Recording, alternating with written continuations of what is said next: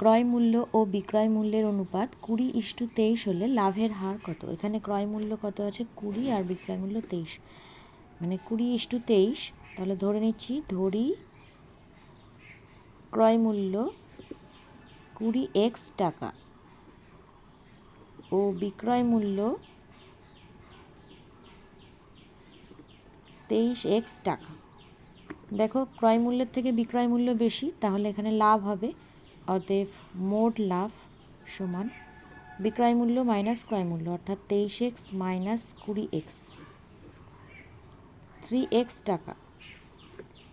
অতএব শতকরা লাভের সূত্র, শতকরা লাভ সমান মোট লাভ বাই ক্রয় মূল্য ইন্টু 100। মোট লাভ কত? এখানে মোট লাভ হয়েছে 3x বাই ক্রয় মূল্য হচ্ছে 20x ইন্টু 100। কাটাকাটি খুবই সহজ, 3